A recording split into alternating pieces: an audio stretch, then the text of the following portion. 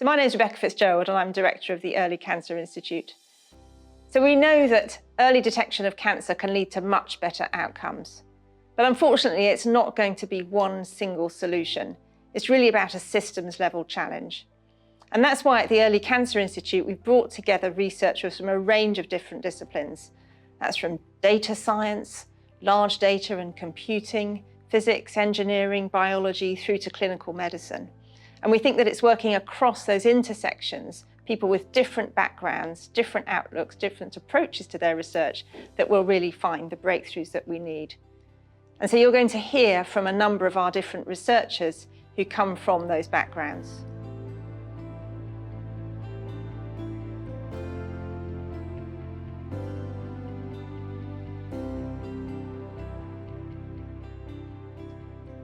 Seeing cancer earlier requires new ways of visualizing changes within tissues. This area develops advanced optical imaging approaches to detect abnormalities at the earliest stages. My research focuses on optical coherence tomography, or OCT, a technique that uses light to create detailed, real-time images of tissues. Because cancers and healthy tissues interact with light differently, OCT can help us distinguish between them with high precision.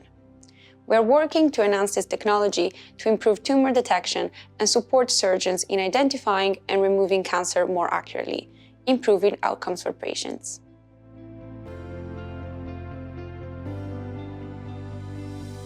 Making sense of complex data using computational models to better predict and understand cancer development is really crucial for advancing early detection. My research focuses on how cancers evolve.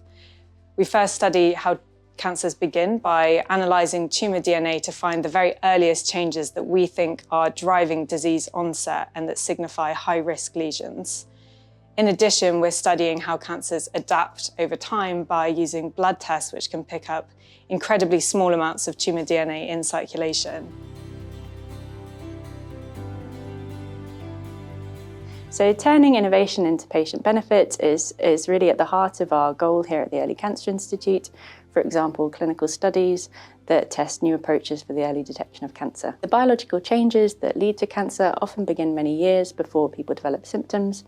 So I'm an academic haematologist and my lab studies how leukemia develops during this early asymptomatic phase.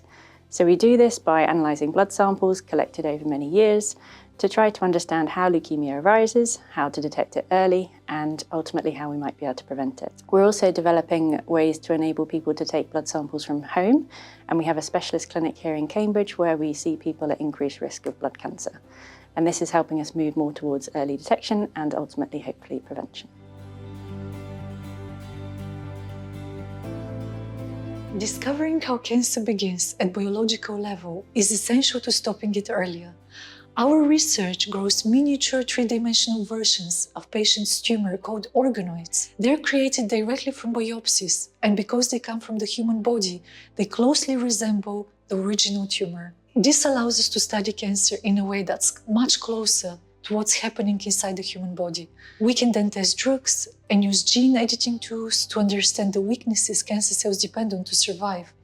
This helps us discover new treatments and move us closer to personalized therapy.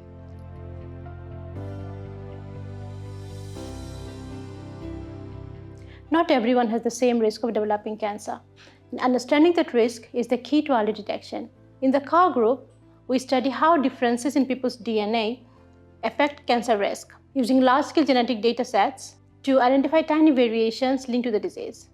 Together, these variations form a polygenic risk score, which is a way to estimate a person's genetic risk. In the future, this could help in screening or better monitoring those at higher risk. We also use genetics to understand what causes cancer, thereby helping us move towards better prevention and earlier detection.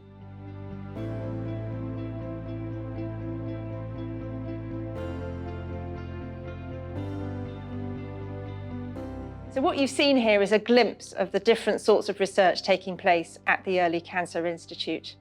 And as you've seen, it's a multifaceted approach.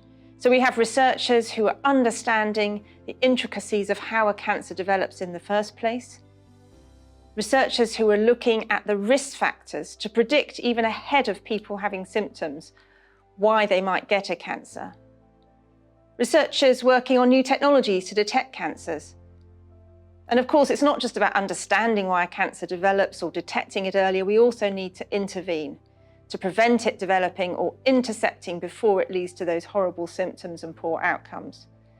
So together, we believe that the systems approach will transform outcomes for people with cancer.